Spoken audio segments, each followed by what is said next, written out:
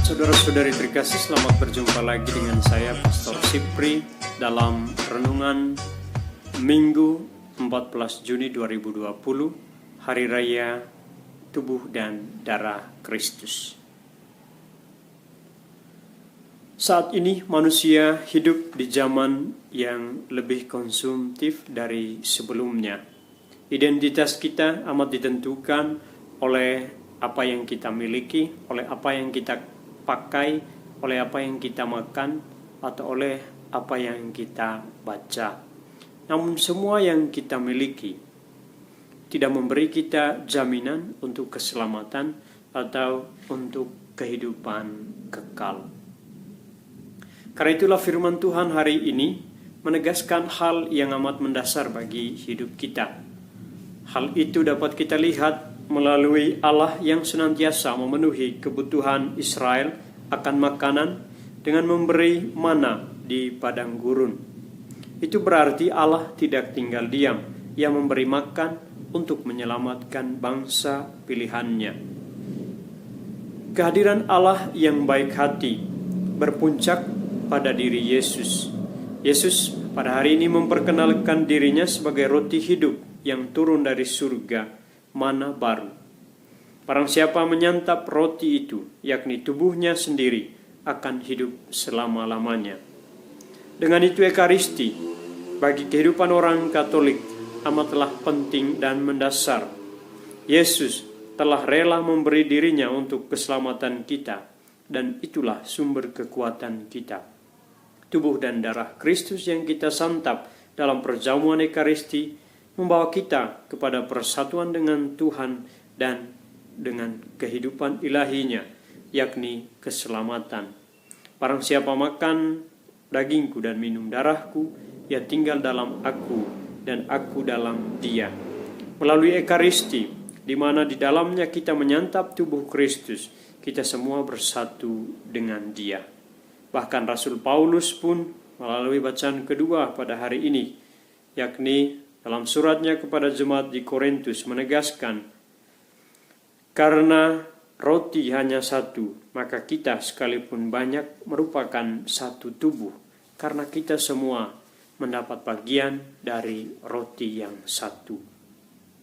Itu artinya, dengan menyantap tubuh Kristus, kita bersatu dengan Dia, sekaligus dipersatukan di dalam gereja sebagai tubuh Kristus.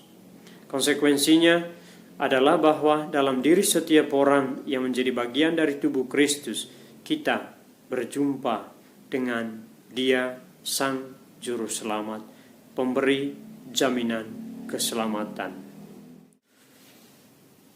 Saudara-saudari terkasih, dari ulasan singkat tentang seluruh isi firman Tuhan pada Hari Raya Tubuh dan Darah Kristus ini, ada 3 hal yang patut mendapat penekanan bagi kita semua. Pertama, manusia bergantung sepenuhnya kepada Allah. Karena itu sikap dasar yang diminta dari setiap orang adalah selalu merasa lapar dan haus akan Allah, akan firman dan rahmat-Nya. Hanya Dia satu-satunya jaminan keselamatan.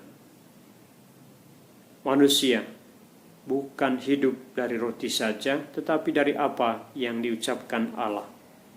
Pada masa wabah corona ini, baik secara pribadi maupun bersama-sama, kita terus merindukan kapan kita bersekutu dengan Tuhan dalam Ekaristi.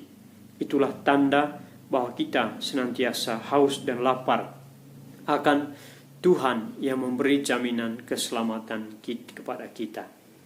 Namun hendaknya rasa haus dan lapar akan Allah, akan persekutuan dengan Dia, tidak berhenti pada saat wabah corona ini, tetapi itu berlanjut terus seumur hidup. Dan hendaknya juga perayaan Ekaristi bukan sekadar gaya hidup. Kalau Ekaristi sebagai gaya hidup, ia tidak beda dengan tren pakaian baru atau handphone baru. Ketika masanya selesai atau lewat, dia bisa diganti atau ditinggalkan. Tidak demikian dengan Ekaristi. Hendaknya kita senantiasa merasa haus dan lapar akan jaminan utama keselamatan kita, yakni Kristus yang telah memberi dirinya melalui tubuh dan darahnya. Itulah hal yang pertama. Hal yang kedua, saudara-saudari, perayaan Ekaristi adalah puncak persekutuan kita dengan Tuhan di dunia ini, sekaligus awal dari persekutuan dengan Dia dalam kerajaan Bapa di surga. Yesus sendiri telah menegaskan hal itu.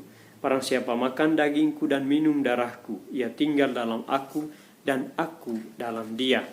Akulah roti hidup yang telah turun dari surga, bukan roti seperti yang dimakan oleh nenek moyangmu, dan mereka telah mati. Barang siapa makan roti ini, ia akan hidup selama-lamanya. Dari apa yang ditegaskan oleh Yesus ini, ada dua hal yang dapat kita renungkan. Pertama, bahwa dengan menerima tubuh dan darah Kristus, kita setiap pribadi bersatu dengan Yesus. Yesus di dalam dia dan dia di dalam Yesus. Yang kedua, persekutuan dengan Yesus tidak pernah dapat dipisahkan dari persekutuan dengan sesama sebagai anggota tubuh Kristus. Karena roti hanya satu, yakni Yesus, maka semua yang makan roti itu menjadi satu tubuh. Disinilah persekutuan tubuh Kristus, yakni gereja, menjadi amat penting dan relevan. Konsekuensi dari persekutuan dengan tubuh dan darah Kristus dengan Yesus adalah persatuan anak-anak Allah menjadi anggota dari satu tubuh. Itulah gereja. Kesadaran ini seharusnya menjauhkan dari setiap orang Katolik sikap diskriminasi atau rasis dalam hidup bersama. Karena pada setiap orang kita melihat dan berjumpa dengan Tuhan. Tidak peduli apa warna kulitnya, dari mana asalnya, tinggi atau pendek, dan lain sebagainya. Kesadaran itu juga seharusnya membawa keberanian kepada kita untuk tidak pernah menelantarkan seorang pun dari kehidupan bersama.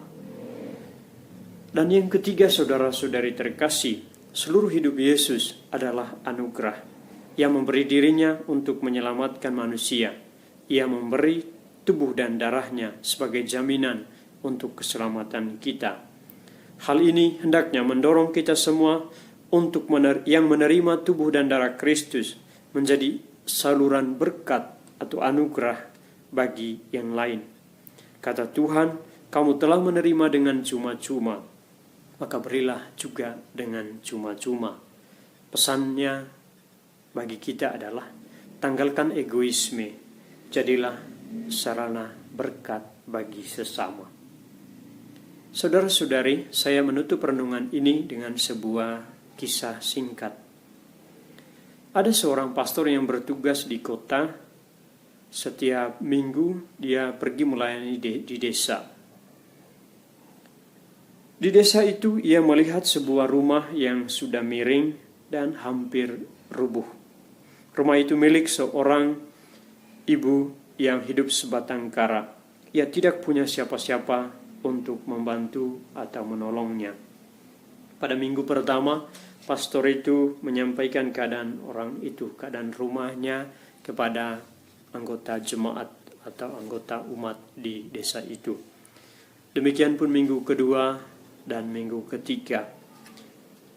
Pada minggu keempat, ia melihat bahwa rumah itu masih miring, dan itu tanda bahwa belum ada gerakan sedikit pun dari umat setempat. Maka pada misa minggu keempat itu, ia mengumumkan bahwa hari itulah hari terakhir ia merayakan atau memimpin misa di tempat tersebut. Umat terkejut dan bertanya, apakah pastor hendak pindah tempat tugas? Sang pastor menjawab, tidak. Tetapi aku amat kecewa karena ternyata kalian semua bukan orang Kristiani, bukan orang Katolik. Kalian ikut misa setiap hari Minggu dan menerima anugerah dari Tuhan dengan cuma-cuma melalui tubuh dan darah Yesus. Tetapi itu tidak berguna, tidak bermakna karena kalian tetap tidak peduli dengan sesama, terutama terhadap sang pemilik rumah yang rumahnya sudah miring dan hampir rubuh. Saudara-saudari, maksud pastor dalam cerita singkat ini adalah bahwa persatuan kita dengan Kristus melalui Ekaristi hendaknya mendorong kita juga untuk menjadi tanda berkat bagi yang lain, melalui sikap peduli, rela membantu, dan semua yang mendatangkan berkat bagi sesama. Sebab dalam Ekaristi kita bersatu dengan Kristus, kita hendaknya juga bersekutu dengan sesama. Dalam Ekaristi kita menerima anugerah cuma-cuma, yakni anugerah keselamatan, yang seharusnya mendorong kita menjadi tanda anugerah atau berkat bagi yang lain. Tuhan memberkati kita. Amin.